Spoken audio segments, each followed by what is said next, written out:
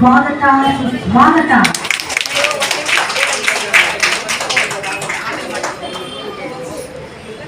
ತುಂಬಾ ಖುಷಿ ಆಗ್ತಾ ಇದೆ. ಮಹಿಳಾ ದಿನಾಚರಣೆ ಅಂದ ತಕ್ಷಣ ಮಾರ್ಚ್ 8ನೇ ತಾರೀಕು ಅಷ್ಟೇ ಇರುತ್ತೆ ಅಂತ ಅಂದ್ಕೊಳ್ಳೋದು ತಪ್ಪು. ಪ್ರತಿ ದಿನವೂ ನಮಗೆ ನಮ್ಮ ಒಂದು ಆಚರಣೆ ಬೇಕು. ಪ್ರತಿ ನಿಮಿಷವೂ ರಿಸರ್ವ್ ಇರ್ತಾರೆ. ಸೊ ಅಂತ ಹೆಣ್ಣು ಮಕ್ಕಳ ಪ್ರತಿಭೆಯನ್ನು ಗುರುತಿಸಿ ಅಂತ ಹೆಣ್ಣು ಮಕ್ಕಳನ್ನ ಅವರ ಒಂದು ಪ್ರತಿಭೆಗೆ ಒಂದು ಬೆಲೆ ಕೊಟ್ಟು ಈ ಒಂದು ಕಾರ್ಯಕ್ರಮವನ್ನು ನಾವು ನಡೆಸ್ಕೊಡ್ತಾ ಇದ್ದೀವಿ. ಸೊ ಎಷ್ಟೊಂದು ಮಹಿಳೆ ನಮ್ಮ ಒಂದು ಹಿಸ್ಟ್ರಿ ನೋಡ್ಬೋದು. ಮತ್ತೆ ಇಲ್ಲಿವರೆಗೂ ಎಷ್ಟೋ ಸಾಧನೆ ಮಾಡಿರುವ ಮಹಿಳೆಗಳನ್ನೆಲ್ಲರೂ ನೆನೆಸಿಕೊಳ್ಳುತ್ತಾ ಈ ಒಂದು ಶುಭ ಕಾರ್ಯಕ್ರಮವನ್ನು ನಾವು ದೀಪ ಬೆಳಗುವುದರ ಮೂಲಕ ಶುರು ಮಾಡೋಣ ಅಂತ ಕೇಳ್ಕೊತಾ ಇದ್ದೀನಿ. ಸೊ ಇಲ್ಲಿ 65 ಅಥವಾ 70 ವರ್ಷದ ಮೇಲ್ಪಟ್ಟು ಇರುವ ಹಿರಿಯ ನಾಗರಿಕರು, ವುಮೆನ್ ಎಂಟರ್ಪ್ರೈನರ್ಸ್ ಇರ್ಬೋದು ಅಥವಾ ಅಚೀವರ್ಸ್ ಇರ್ಬೋದು, ಸೊ ಎಲ್ಲರೂ ವೇದಿಕೆಗೆ ಬರಬೇಕು ಅಂತ ಕೇಳ್ಕೊತಾ ಇದ್ದೀನಿ. ಗಣೇಶ್ವರ ಗಜಾನನಯುತ ಗಣೇಶ್ವರ ಭಜಾಮಿ ಸತತ ಸುರೇಶ್ವರಂ ಶ್ರೀ ಗಜಾನನಯುತ ಗಣೇಶ್ವರಂ ನಮಾಮಿ ಸತತಂ ಸುರೇಶ್ವರಂ ನಮಾಮಿ ಸತತಂ ಸುರೇಶ್ವರಂ ನಮಾಮಿ ಸತತಂ ಸುರೇಶ್ವರಂ ಗಣಾದಿ ಸೇವಿತ ಪದ ಪದ್ಮಕರಂ ಬ್ರೋಚುತ ಕುಬೇರ ವರುಣ ವಿಘ್ನರಾಜ ವಿನಾಯಕ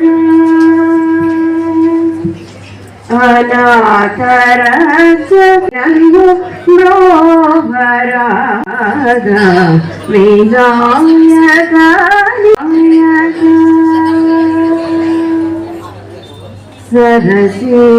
ಸರಸಿರೋಹಾರುಣ ಯುಗ ಚರಣ ಸತತಂ ಶ್ರಿತಜನ ಸಂಕಟಹರಣ ಪರಮಾಧಿಕ ಜನ ಗೋಪಾಲನ ಸನ್ನಿಧಂ ಪಾಲಿತ ಜನ ಗೋಪಾಲನ ಸನ್ನಿಧಂ ವಿನಾಯಕ ನೀನು ವಿನಾವ್ರೋಚುತ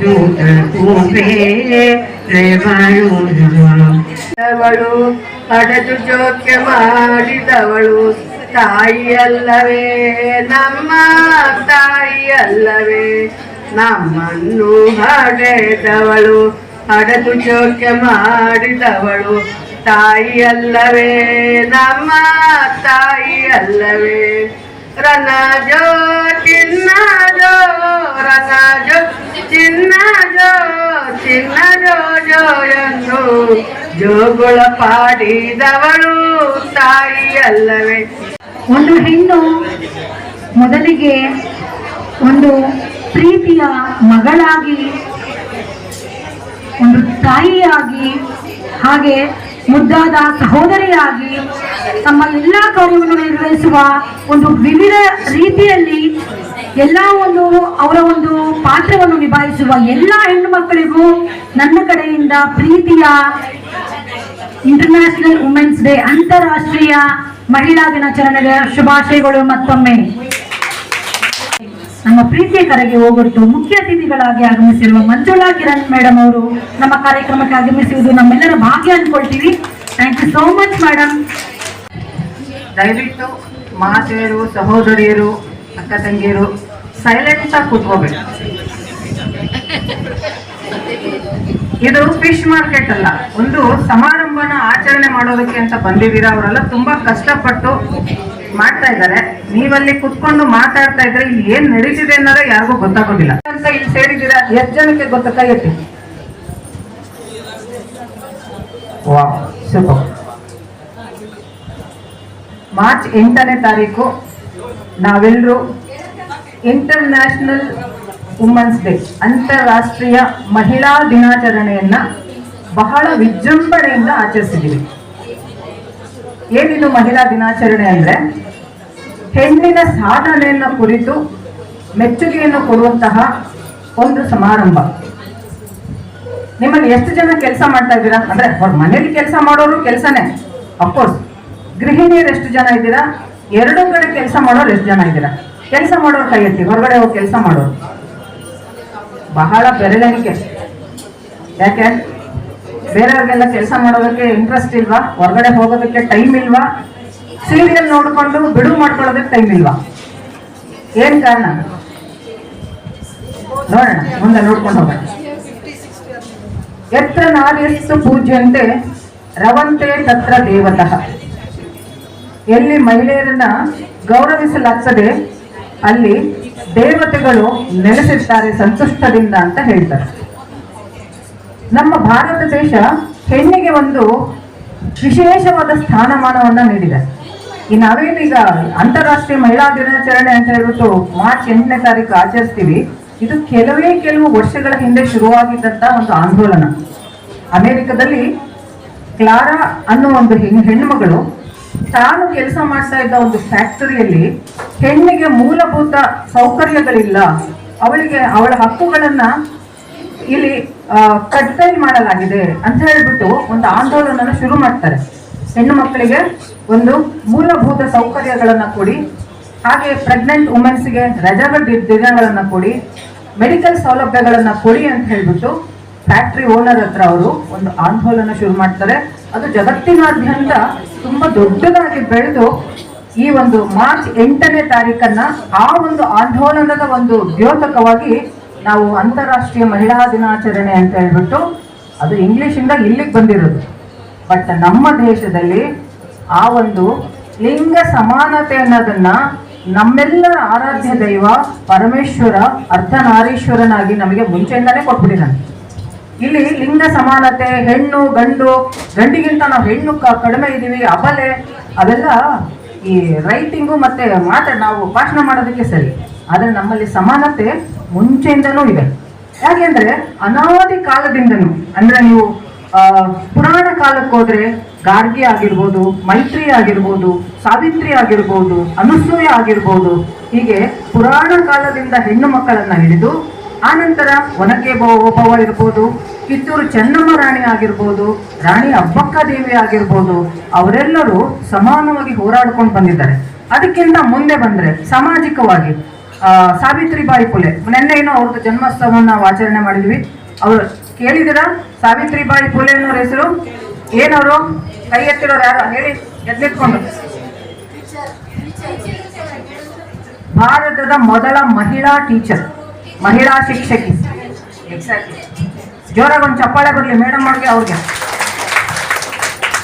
ಭಾರತದ ಮೊದಲ ಮಹಿಳಾ ಶಿಕ್ಷಕಿ ಅಂತ ಹೆಸರು ಮಾಡಿರುವಂತಹ ಸಾವಿತ್ರಿಬಾಯಿ ಫುಲೆ ಆಗಿರ್ಬೋದು, ಸಂಚಿ ಹೊನ್ನಮ್ಮ ಆಗಿರ್ಬೋದು, ನಮ್ಮ ಸುಧಾಮೂರ್ತಿಯವರಾಗಿರ್ಬೋದು, ಸಾಮಾಜಿಕ ಮಹಿಳೆಯರು, ಇವರೆಲ್ಲ ಸಾಧನೆ ಮಾಡ್ಕೊಂಡು ಬರ್ತಾನೆ ಇದ್ದಾರೆ. ಸಾಧನೆ ಅಂದ್ರೆ ಏನು? ಹಾಗಾದ್ರೆ ಈಗ ನಂತರ ನಿಂತ್ಕೊಂಡು ಭಾಷಣ ಮಾಡ್ಬಿಟ್ಟು ನಿಮ್ಮ ಹತ್ರ ಎಲ್ಲ ಚಪ್ಪಾಳೆ ತಗೊಂಡು ನಾನು ಆಫೀಸ್ಗೆ ಹೋಗಿ ಅಲ್ಲೊಂದು ಸ್ವಲ್ಪ ಕೆಲಸ ಮಾಡಿ ದುಡಿಮೆ ಮಾಡ್ಕೊಂಡ್ ಬಂದ್ರೆ ಮತ್ತೆ ಸಾಧನೆನ? ಖಂಡಿತ ಅಲ್ಲ. ಒಬ್ಬ MD, ಒಂದು ಕಂಪನಿಯ MD ಆಗಿ ಕೆಲಸ ಮಾಡ್ತಾ ಇದ್ದ ಒಂದು ಮಹಿಳೆಗೆ ಅಥವಾ ಪುರುಷನಿಗೆ ಎಷ್ಟು ಜವಾಬ್ದಾರಿ ಇರುತ್ತೆ, ಅಷ್ಟೇ ಜವಾಬ್ದಾರಿ ಒಬ್ಬ ಗೃಹಿಣಿಗೂ ಇರುತ್ತೆ. ಈಗ ಎಷ್ಟೋ ಜನ ಕೈ ಎತ್ತಿಲ್ಲ, ನಾವು ಕೆಲಸ ಮಾಡ್ತಾ ಇಲ್ಲ ಅಂತ. ತಪ್ಪು ನಿಮ್ಮ ಭಾವನೆ. ಕೆಲಸ ಮಾಡ್ತಾ ಇದ್ದೀರಾ, ಮನೆಯಲ್ಲಿ ಮಾಡ್ತಾ ಇದ್ದೀರಾ, ಮಕ್ಕಳನ್ನ ನೋಡ್ಕೊಂತಾ ಇದ್ದೀರಾ, ಗಂಡನ್ನ ನೋಡ್ಕೊಂತಿದ್ದೀರಾ, ಅತ್ತೆ ಮಾವನನ್ನ ನೋಡ್ಕೊಂತಿದ್ದೀರಾ, ತಂದೆ ತಾಯಿ ನೋಡ್ಕೊಂತಿದ್ದೀರಾ. ಇದು ಒಂದು ಸಾಧನೆ. ಗೃಹಿಣಿ ಎಲ್ಲದನ್ನು ತೂಗಿಸ್ಕೊಂಡು ಹೋಗ್ತಾಳಲ್ಲ, ತನ್ನ ಒಂದು ಏನು ಆಸೆ ಆಕಾಂಕ್ಷೆಗಳನ್ನ ಅದಿಮಿಟ್ಟು ತಾನು ಹೊರಗೆ ಹೋಗಕ್ಕಾಗ್ದಲೇ ಇದ್ರು ಹೊರಗಡೆ ಹೋಗುವಂತ ಹೆಣ್ಣು ಮಗ ತನ್ನ ಮಕ್ಕಳಿಗಿರ್ಬೋದು, ಗಂಡನಿಗಿರ್ಬೋದು, ಅತ್ತೆ ಮಾವ, ತಂದೆ ತಾಯಿ, ನಾದನಿ, ಮೈದ್ನ, ಇವರನ್ನೆಲ್ಲ ನೋಡ್ಕೊಳ್ಳೋದು ಒಂದು ದೊಡ್ಡ ಸಾಧನೆನೇ. ಸತ್ತ ಮೇಲೆ ಗೌರ್ಮೆಂಟ್ ಕೆಲಸ ಆದ್ರಿಂದ ಒಂದು ಸ್ವಲ್ಪ ಅವನಿಗೆ ಪೆನ್ಷನ್ ಬರ್ತಾ ಇರುತ್ತೆ. ಆ ಪೆನ್ಷನ್ ಯಾವುದಕ್ಕೂ ಸಾಕಾಗ್ತಿರಲ್ಲ. ಆದ್ರೂ ಅವಳು ಎದೆಗೊಂದದೆ ಅವಳೇನ್ ಮಾಡ್ತಾಳೆ, ಆ ಒಂದು ಚಿಕ್ಕ ಪೆನ್ಷನ್ ಅಲ್ಲೇನೆ ತನ್ನ ಮಗುನ ನೋಡ್ಕೊಂಡು ಹೊಟ್ಟೆಗಿದ್ದಾಗ ಆ ಬಸರಿನಲ್ಲೇನೆ ಅವಳು ಏನ್ ಮಾಡ್ತಾಳೆ, ಹಲವಾರು ಮನೆಗಳಿಗೆ ಹೋಗಿ ಕೆಲಸ ಮಾಡಿ ಅವ್ರು ಸೊಗಸಾಗಿ ಮಾತಾಡಿದ್ರು. Thank you so much madam ನಮ್ಮ ಒಂದು ಕಾರ್ಯಕ್ರಮಕ್ಕೆ ಬಂದಿರೋದಕ್ಕೆ.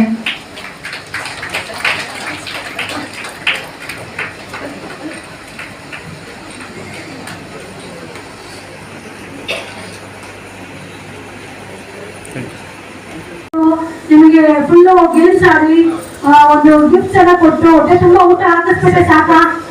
ಖುಷಿ ಆಗ್ತೀರಾ? ಇಲ್ಲ. ಆದ್ರೆ ಕರ್ದಿರೋ ಉದ್ದಿ ನಾನು ನನ್ನ ಲೇಔಟಲ್ಲಿ ಇರೋದು. ನಾನು ಕೋಆಪರೇಟಿವ್ ಸೊಸೈಟಿ ಹೇಳಿ ಅದು ಮತ್ತೆ ಡೈರೆಕ್ಟರ್ಸ್ ಇದ್ದೀನಿ. Very nice ma'am, great. ಮತ್ತೆ ನಮ್ದು ಬಿಜೆಪಿ ಮಹಿಳಾ ಮೋರ್ಚಾ ವಾರ್ಡ್ ಪ್ರೆಸಿಡೆಂಟ್ ಇದ್ದೀನಿ. Super madam. ಈಗ ಒಂದು ಟೈಮ್ ಲಿಸ್ಟರ್ ಮೇಡಮ್ ಅವ್ರಿಗೆ ಟೈಮರ್ ಇಡ್ತೀನಿ. ಸೊ ಒಂದು ಎಷ್ಟು ಟೈಮ್ ಇಡೋಣ ಮೇಡಮ್? 30 ಸೆಕೆಂಡ್ಸ್ ಓಕೆನಾ? 30 ಸೆಕೆಂಡ್ಸ್. ಅವ್ರು ನೋಡೋಣ ಮೇಡಮ್, ಸಾಧನೆ ಮಾಡ್ಬೇಕು ಅನ್ಕೊಂಡಿದ್ದೀರಾ ಅಥವಾ ಇದುವರೆಗೂ ಹೇಗೆ ಮಾಡಿದ್ದೀರಾ? ಸೊ ಬೇರೆಯವ್ರಿಗೂ ನಮ್ಗೊಂದು ಡಿಫ್ರೆನ್ಸ್ ಇರುತ್ತಲ್ವಾ? ಮನೇಲಿ ನಮ್ಮ ಜೀವನ ಸಾಕು ಅಂತ ಕೂತ್ಕೊಂಡಿರೋರ್ಗು ಹೊರಗಡೆ ಬಂದು ನಾನು ನನ್ನ ಕೈಯಲ್ಲಿ ಸಾಧ್ಯ ಅನ್ನೋರ್ಗು ಖಂಡಿತ ವ್ಯತ್ಯಾಸ ಇರುತ್ತಲ್ವಾ? ಸೊ ನಿಮ್ಮ ಬಗ್ಗೆ, ನಿಮ್ಮ ಒಂದು ಏನೇನು ಅಚೀವ್ ಮಾಡಿದ್ದೀರಾ ನೀವು, ಅದ್ರ ಬಗ್ಗೆ ಹೇಳಿ ಮೇಡಮ್. ನಾನು ನಂದು ಏನು ಹೌಸಿಂಗ್ ಕೋಆಪರೇಟಿವ್ ಸೊಸೈಟಿ ಇದೆ ಅಲ್ಲಿ 14 ಇಯರ್ಸ್ ಇಂದ ನಾನು ಅಲ್ಲಿ ವರ್ಕ್ ಮಾಡ್ತಾ ಇದ್ದೀನಿ. ಮತ್ತೆ ಅಲ್ಲಿ one of the highest share holder ಆಗಿರೋದ್ರಿಂದ ಒನ್ ಆಫ್ ದಿ ಡೈರೆಕ್ಟರ್ಸ್ ಅಂತ ಹೇಳಿ ನನಗೆ ಸಿಕ್ಕಿದೆ. ಮತ್ತೆ ನಂದು ಹಾಬಿ ಬಂದು ಮ್ಯೂಸಿಕ್ ಮತ್ತೆ ಭರತನಾಟ್ಯಂ, ನಂದು ಕ್ಲಾಸಸ್ ಹೋಗ್ತೀನಿ, ಅದು ನಂದು ಹಾಬಿ. ಓಕೆ ಮೇಡಮ್, ಈಗ ಟೈಮ್ ಸ್ಟಾರ್ಟ್ ಆಗುತ್ತೆ.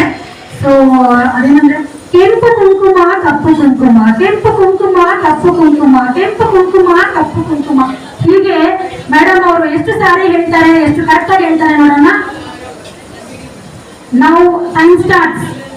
ಕೆಂಪು ಕುಂಕುಮ ಕಪ್ಪು ಕುಂಕುಮ, ಕೆಂಪು ಕುಂಕುಮ ಕಪ್ಪು ಕುಂಕುಮ, ಕೆಂಪು ಕುಂಕುಮ ಕಪ್ಪು ಕುಂಕುಮ, ಕೆಂಪು ಕುಂಕುಮ ಕಪ್ಪು ಕುಂಕುಮ, ಕೆಂಪು ಕುಂಕುಮ ಕಪ್ಪು ಕುಂಕುಮ, ಕೆಂಪು ಕುಂಕುಮ ಕಪ್ಪು ಕುಂಕುಮ, ಕೆಂಪು ಕುಂಕುಮ ಕಪ್ಪು ಕುಂಕುಮ, ಕೆಂಪು ಕುಂಕುಮ ಕಪ್ಪು ಕುಂಕುಮ, ಕೆಂಪು ಕುಂಕುಮ ಕಪ್ಪು ಕುಂಕುಮ, ಕೆಂಪು ಕುಂಕುಮ ಕಪ್ಪು ಕುಂಕುಮ, ಕೆಂಪು ಕುಂಕುಮ ಕಪ್ಪು ಕುಂಕುಮ, ಕೆಂಪು ಕುಂಕುಮ ಕಪ್ಪು ಕುಂಕುಮ, ಕೆಂಪು ಕುಂಕುಮ ಕಪ್ಪು ಕುಂಕುಮ, ಕೆಂಪು ಕುಂಕುಮ ಕಪ್ಪು ಕುಂಕುಮ, ಕೆಂಪು ಕುಂಕುಮ ಕಪ್ಪು ಕುಂಕುಮ, ಕೆಂಪು ಕುಂಕುಮ ಕಪ್ಪು ಕುಂಕುಮ. Thank you so much. ತುಂಬಾ ಚೆನ್ನಾಗಿ ಹಾಡಿದ್ರಿ, ತುಂಬಾ ಚೆನ್ನಾಗಿ ಹೇಳಿದ್ರಿ ಮೇಡಮ್. ಈಗ ನಿಮ್ಗೆ ಕೌಂಟ್ ಇದೆ ನನ್ನ ಹತ್ರ. ಸೊ ನೆಕ್ಸ್ಟ್ ಬರೋರಿಗೆ ಅವಕಾಶ. ನಾನು ಶ್ಯಾಮಲಾರಾವ್ ಅಂತ. ನಾನು ಗೃಹಿಣಿ.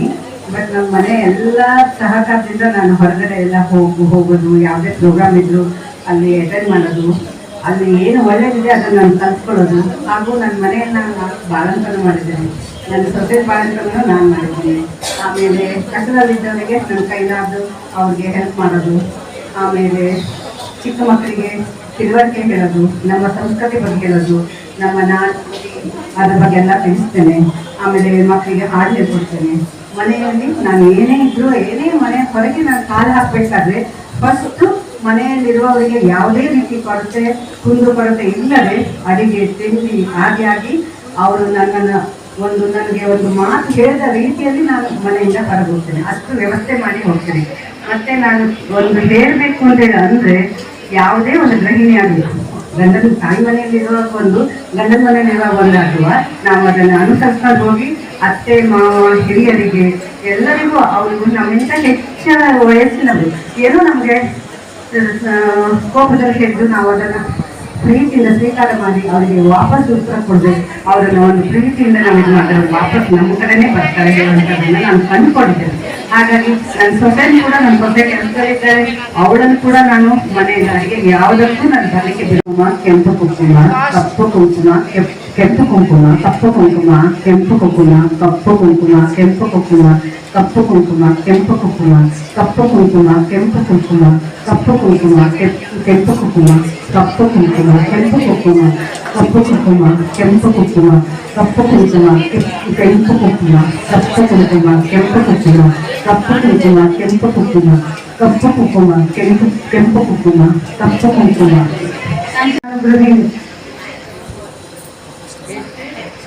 ಸ್ಟಾರ್ಟ್ ಮಾಡ್ತೀರಾ ಮೇಡಮ್?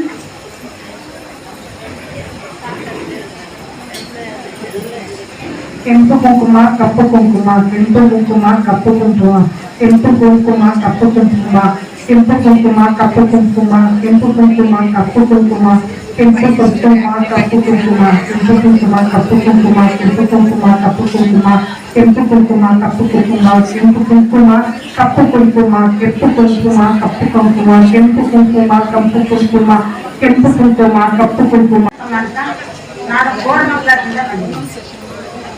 ಮಹಿಳೆಯರಿಗೆ ಮನೆಯಲ್ಲೇ ಕುಳಿತು ಅವರವರೇ ಒಂದು ದಿಗ್ಬಂಧನವನ್ನು ಹಾಕೊಂಡಿರ್ತಾರೆ. ಆ ದಿಗ್ಬಂಧನವನ್ನ ಕಿತ್ತು ಧೈರ್ಯವಾಗಿ ಹೊರಬರುವಲ್ಲಿ ನಮ್ಮ ಹೆಣ್ಮಕ್ಳು ಅಂತಕ್ಕಂತಹ ಒಂದು ಅವಕಾಶವನ್ನ ಕೊಟ್ಟಿರ್ತಕ್ಕಂಥದ್ದು ಈ ಮಹಿಳಾ ದಿನಾಚರಣೆ. ಪ್ರತಿ ಒಂದು ಮಹಿಳೆಯಲ್ಲೂ ಕೂಡ ಒಂದು ಶಕ್ತಿ ಇರುತ್ತೆ. ಮಹಿಳೆ ಒಂದು ಆದಿಶಕ್ತಿ. ಆ ಆದಿಶಕ್ತಿ ರೂಪವನ್ನ ಜಗತ್ತಿಗೆ ತೋರಿಸ್ಬೇಕಂತದ್ದು ಪ್ರತಿಯೊಂದು ಮಹಿಳೆಯಲ್ಲೂ ಕೂಡ ಒಂದು ವ್ಯಕ್ತಿತ್ವ ಇರುತ್ತೆ. ಅಂತಹ ಉತ್ತಮವಾದ ವ್ಯಕ್ತಿತ್ವವನ್ನ ಆ ಮಹಿಳೆ ಅವಳು ಪ್ರತಿಯೊಬ್ಬರಿಗೂ ಸಮಾಜಕ್ಕೆ ಹಂಚಿಕೆ ಮಾಡಿ ಉತ್ತಮ ಸಮಾಜ, ಉತ್ತಮ ಪ್ರಜೆ, ಉತ್ತಮ ಮಕ್ಕಳು, ಉತ್ತಮ ರಾಜಕೀಯ ವ್ಯಕ್ತಿಗಳನ್ನ ತಯಾರು ಮಾಡತಕ್ಕಂಥ ಶಕ್ತಿ ಇರೋದು ನಮ್ಮ ಮಹಿಳೆಗೆ. ಪ್ರತಿಯೊಂದು ಹೆಣ್ಣು ಮಕ್ಕಳಿಗೂ ಕೂಡ ಪ್ರತಿ ನನ್ನ ಗುರಿ ಶಾಲೆಯಲ್ಲಿರ್ತಕ್ಕಂಥ ಪ್ರತಿ ಮಕ್ಕಳು ನನ್ನ ಮಕ್ಕಳು, ಶಾಲೆಗೆ ಬಂದ್ಮೇಲೆ ನನ್ನ ಮಕ್ಕಳು ಗಂಡ ಅನ್ನೋದು ಮತ್ತೆ ಬಿಟ್ಟಿದೆ. ಪ್ರತಿ ಹೆಣ್ಣು ಮಗುವಿಗೆ ನಾನು ಹೆಚ್ಚಿನ ಒತ್ತು ಕೊಟ್ಟು ಪ್ರತಿ ಹೆಣ್ಣು ಮಗುವಿನಲ್ಲಿ ನಾವು ತುಂಬಬೇಕಾದಂತಹ ಒಂದು ಸ್ಥೈರ್ಯ ಅಂತಂದ್ರೆ ಆತ್ಮಸ್ಥೈರ್ಯ. ಇಲ್ಲಿ ಒಂದು ಕೊಟೇಶನ್ ಬರ್ತಿದ್ದಾರೆ, the best protection N woman can have is courage. ಯಾರಲ್ಲಿ ಕರೇಜ್ ಅನ್ನೋದು ಇರುತ್ತೋ ಅವರು ಎಲ್ಲಿ ಬೇಕಾದ್ರೂ ಯಾವ ಸಂದರ್ಭದಲ್ಲಿ ಬೇಕಾದ್ರೂ ಅವರು ತಮ್ಮ ಒಂದು ವ್ಯಕ್ತಿತ್ವವನ್ನು ಸಾಧಿಸಿ ತೋರಿಸ್ತಾರೆ. ಅಂತಹ ವ್ಯಕ್ತಿತ್ವ ಪ್ರತಿ ಹೆಣ್ಣು ಮಗುವಿನಲ್ಲಿ ಬರಬೇಕು. ಯಾವುದೇ ಇದಾಗ್ಲಿ ನಮ್ಮ ಹೆಣ್ಣು ಮಕ್ಕಳಿಗೆ ಮೊದಲು ನಾವು ಹೇಳ್ಕೊಡ್ಬೇಕಾಗಿರ್ತಕ್ಕಂಥದ್ದು ಆತ್ಮಸ್ಥೈರ್ಯ. ಅಂತಹ ಆತ್ಮಸ್ಥೈರ್ಯವನ್ನು ತುಂಬಿ ಪ್ರತಿ ಹೆಣ್ಣು ಮಗುವನ್ನು ಕೂಡ ನಾನು ಸಾಧಿಸಿದನ್ನ ಮಾಡಬಲ್ಲೆ, ಐ ಕ್ಯಾನ್ ಡು ಅಂತಕ್ಕಂತಹ ಒಂದು ಆತ್ಮಸ್ಥೈರ್ಯವನ್ನು ಮೊದಲು ಮಹಿಳೆಯರು ಹೆಣ್ಣು ಮಕ್ಕಳಿಗೆ ತುಂಬಿ. ನೀವ್ ಏನ್ ಹೇಳ್ತೀರಾ, ಗಂಡು ಮಗು ಹುಟ್ಟಿದ ತಕ್ಷಣ ಗಂಗಾಳ ಹೊಡಿತಾರೆ. ಗಂಡು ಮಗು ಹುಟ್ಟು, ಏನ್ ಗಂಡು ಮಗು ಹುಟ್ಟು, ಆ ಗಂಡು ಮಗು ಯಾವ ತರ ಹೆಣ್ಮಕ್ಳು ನೋಡ್ತಾರೆ. ಒಂದು ಸತ್ತಾಗ ಹೆಣ್ಣು ಮಕ್ಕಳು ಕಣ್ಣೀರ್ ಹಾಕಿ ತಂದೆ ತಾಯಿಗಳು ನಿನ್ ಮಾಡ್ತಾರೋ ಯಾವ ಗಂಡು ಮಗನು ಕಣ್ಣೀರ್ ಹಾಕಲ್ಲ. ನೆನ್ಪಿಟ್ಕೊಳ್ಳಿ, ಹೆಣ್ಣು ಮಗು ತಂದೆ ತಾಯಿಯನ್ನ ಕಷ್ಟದಲ್ಲಿ ನೋಡ್ಕೊಂಡಂಗೆ ಯಾವ ಗಂಡು ಮಕ್ಕಳು ನೋಡ್ಕೊಳ್ಳಲ್ಲ. ನೆನ್ಪಿಟ್ಕೊಳ್ಳಿ, ನಿಮ್ಗೆ ಎಷ್ಟೋ ಜನಕ್ಕೆ ಅನುಭವಕ್ಕೆ ಬಂದಿರ್ತಕ್ಕಂಥ ಮಾತು. ಕೆಂಪು ಕುಂಕುಮ, ಕಪ್ಪು ಕುಂಕುಮ, ಕೆಂಪು ಕುಂಕುಮ, ಕಪ್ಪು ಕುಂಕುಮ,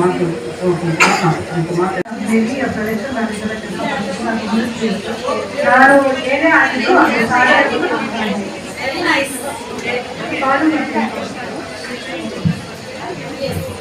First, let me introduce myself. ನನ್ನ ಹೆಸರು ಜಗದೀಶ್ ಅಂತ. So I work as a branch manager for Kotak Life Rajaji Nagar. So thank you so much, and it's a great pleasure to talk in front of so many beautiful women today gathering over here. So before starting, ಈಗ ನನ್ನ introduction ಜೊತೆಗೇನೆ I want to introduce directly to the opportunity. ಅಂದ್ರೆ ಯಾವ ತರ opportunity ನಾವು provide ಮಾಡ್ತಾ ಇದ್ದೀವಿ, ಹೇಗಿರುತ್ತೆ ಅನ್ನೋದನ್ನ we will spend around 15 to 20 minutes of time. Okay na?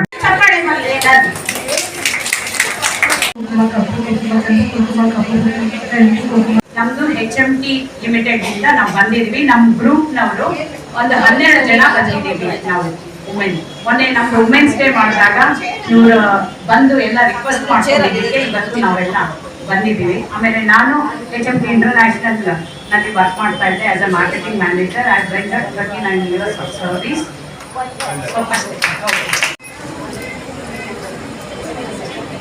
So Bhagavad Gita ಪುಸ್ತಕವನ್ನು ಕೊಡ್ತಾ ಇದ್ದೀವಿ. ಯಾಕೆಂದ್ರೆ ಭಗವದ್ಗೀತೆ ಅನ್ನೋದು ನಮ್ಮ ಒಂದು ಎಲ್ಲರೂ ಓದಬೇಕು, ಎಲ್ಲರೂ ಅದರಲ್ಲಿ ಒಂದು ಅಂಶನ ತಿಳ್ಕೋಬೇಕು. ಜೀವನ ಅಂದ್ರೆ ಏನಂತ ತಿಳ್ಕೊಳ್ಳೋದು ಭಗವದ್ಗೀತೆಯಿಂದ. ಸೊ ಹಾಗಾಗಿ ಯಾವುದೋ ಬೇರೆ ಬಿಟ್ಕೊಳ್ಳೋದ್ಕಿಂತ ಭಗವದ್ಗೀತೆ ಪುಸ್ತಕ ಕೊಡ್ಬೇಕು ಅನ್ನೋದಕ್ಕೋಸ್ಕರ ಕೊಡ್ತಾ ಇದ್ದೀವಿ. ಮೇಡಮ್ ಒಂದು ಫೋಟೋ.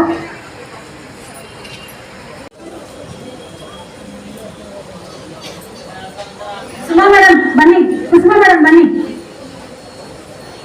ಜಯಂತಿ ಮೇಡಮ್ ಬನ್ನಿ.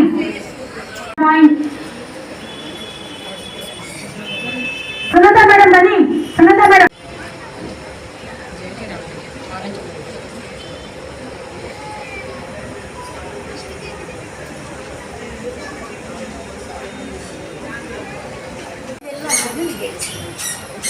ನನ್ನದೇ ಆದ ಒಂದು NGO ಇದೆ. ಆ NGO ಹೆಸರು ಸೆಕೆಂಡ್ ಸ್ಪ್ರಿಂಗ್ ಅಂತ.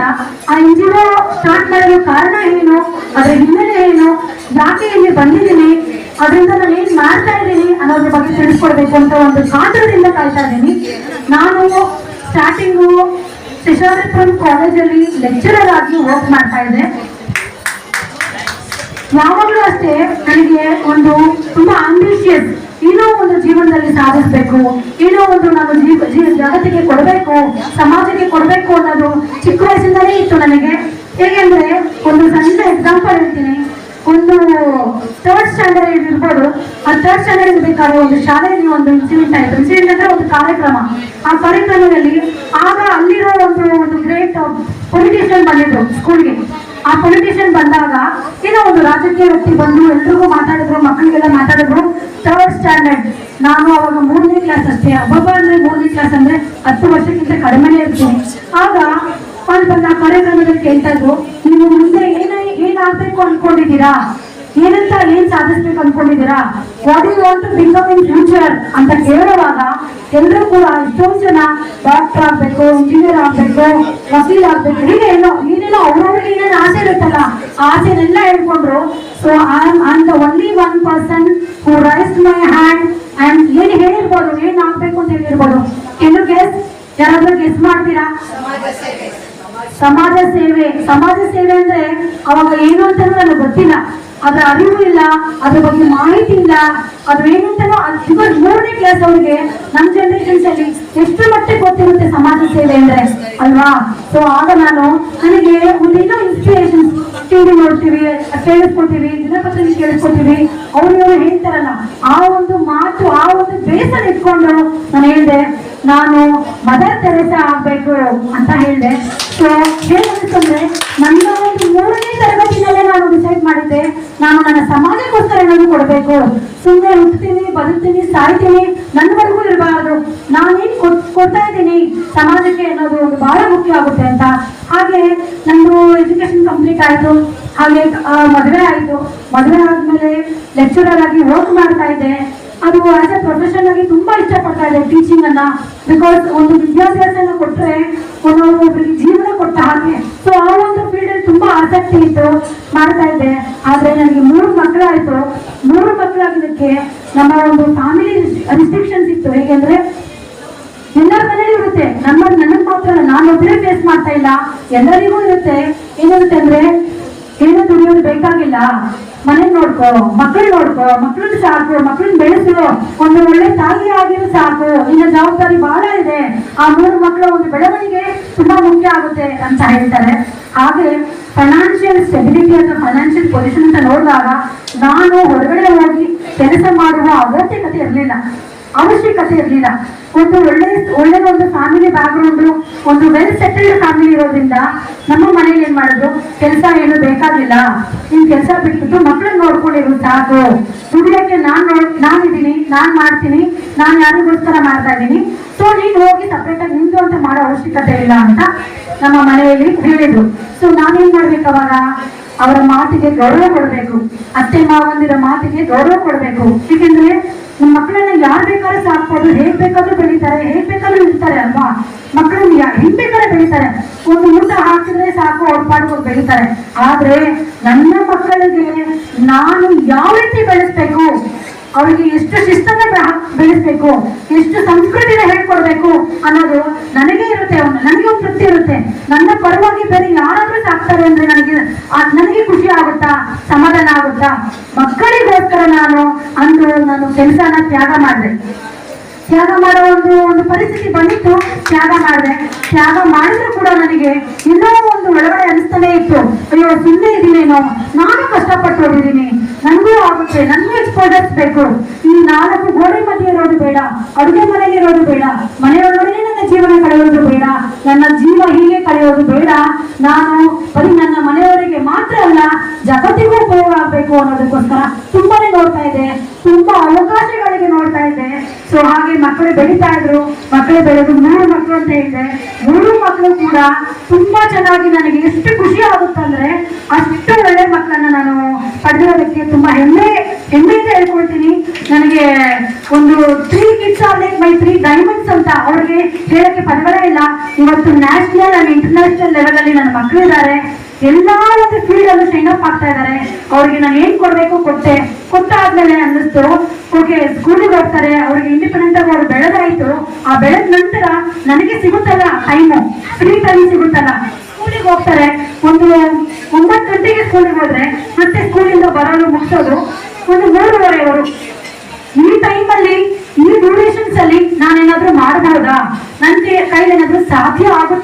ಒಂದು ಪ್ರಶ್ನೆ ಇತ್ತು. ಈ ಪ್ರಶ್ನೆ ಅಂದ್ರೆ ಹೀಗೆ ಇಲ್ಲಿ ಪ್ರಶ್ನೆ ಏನಂತೆ ಎಲ್ಲರಿಗೂ ಇರುತ್ತೆ. ಏನಂತೆ ಅಂದ್ರೆ ಏನೋ ಒಂದು ನಮ್ಮ ಕಂಫರ್ಟ್ ಝೋನ್ ಅಲ್ಲಿ ಕನ್ವೀನಿಯಂಟ್ ಟೈಮ್ ಅಲ್ಲಿ ಫ್ಲೆಕ್ಸಿಬಲ್ ವರ್ಕಿಂಗ್ ಅವರ್ಸ್ ಅಲ್ಲಿ ಯಾವುದೇ ತರಹದ ಸ್ಟ್ರೆಸ್ ಇಲ್ದಿರಾ, ಯಾವುದೇ ತರಹದ ಒಂದು ತೊಂದರೆಗಳಿಲ್ದಿರಾ, ಯಾರು ಪ್ರೆಷರ್ ಮಾಡ್ದಿರಾ, ಟಾರ್ಗೆಟ್ಸ್ ಇಲ್ದಿರಾ ನಾನು ವರ್ಕ್ ಮಾಡ್ಬೋದು, ನಾನು ಅರ್ನ್ ಮಾಡ್ಬೋದು ಅಂತ ಒಂದು ಅವಕಾಶ ಸಿಕ್ಕಿದಾಗ ತುಂಬಾ ಖುಷಿ ಆಯ್ತು.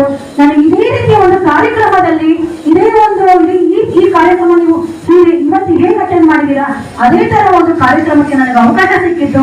ಆ ಕಾರ್ಯಕ್ರಮಕ್ಕೆ ಹೋದಾಗ ಇನ್ವಿಟೇಷನ್ ಕೊಟ್ಟಿದ್ರು. ಅಟ್ಲೀಸ್ಟ್ ನನಗೆ ಮಾಡಕ್ಕಾಗುತ್ತೋ ಇಲ್ವೋ ಗೊತ್ತಿಲ್ಲ, ಏನೋ ಒಂದು ವಿಷಯ ಅಂತ ಕರೆದಿದ್ದಾರೆ, ಏನೋ ಒಂದು ಇನ್ಫಾರ್ಮೇಶನ್ ಕೊಡಕ್ಕೆ ಕರೆದಿದ್ದಾರೆ, ಏನಿರ್ಬೋದು ನೋಡೋಣ, ಯಾಕೆ ಕರೆದಿದ್ದಾರೆ ನೋಡೋಣ. ಯಾವತ್ತೂ ಅಷ್ಟೇ ಅವಕಾಶಗಳು ಎಲ್ಲಿಂದ ಬರುತ್ತಾ ಗೊತ್ತಿಲ್ಲ, ಅವಕಾಶಗಳನ್ನ ನಾವು ತಪ್ಪಿಸ್ಕೊಳ್ಬಾರ್ದು, ಮಿಸ್ ಮಾಡ್ಕೋಬಾರ್ದು.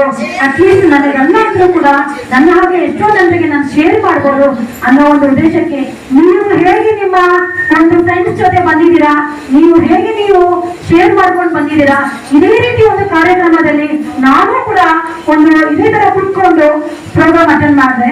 ಆಗ ನಿಮಗೆ ಗೊತ್ತಿದೆಯಲ್ಲ, ಈಗಿನ ಸೋಷಿಯಲ್ ಮೀಡಿಯಾದಲ್ಲಿ ಎಷ್ಟೊಂದು ಕಾರ್ಯಕ್ರಮಗಳು ಬರುತ್ತೆ, ಎಷ್ಟೊಂದು ಜಾಬ್ ಆಪರ್ಚುನಿಟೀಸ್ ಬರುತ್ತೆ. ನಂಬಕ್ಕಾಗುತ್ತಾ?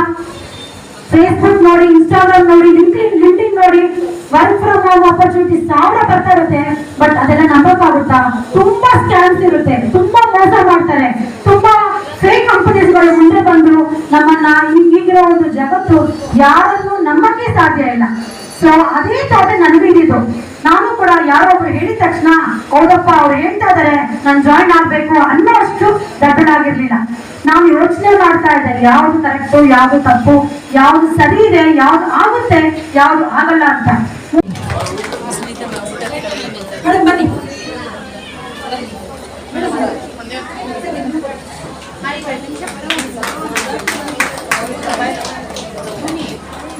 ಕಂಗ್ರಾಚುಲೇಷನ್ಸ್ ಮೇಡಮ್, ತುಂಬಾ ಖುಷಿ ಆಗ್ತಾ ಇದೆ. ಇವತ್ತು ಇಷ್ಟು ಜನ ಒಂದು ಮಹಿಳೆಯರನ್ನ ನೀವು ಗುರುತಿಸ್ತಾ ಇದ್ದೀರಾ. ಮಹಿಳಾ ದಿನಾಚರಣೆ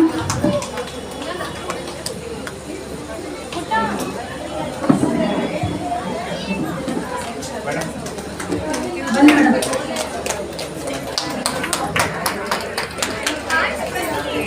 ತೋರಿಸಿ ಮೇಡಮ್. ಶುಭಾರಂಭ ಅನ್ನೋ ತರ ನಾಳೆಯ ಒಂದು ಕಾರ್ಯಕ್ರಮಕ್ಕೆ ಎಲ್ಲರಿಗೂ ಶುಭವಾಗಲಿ ಅಂತ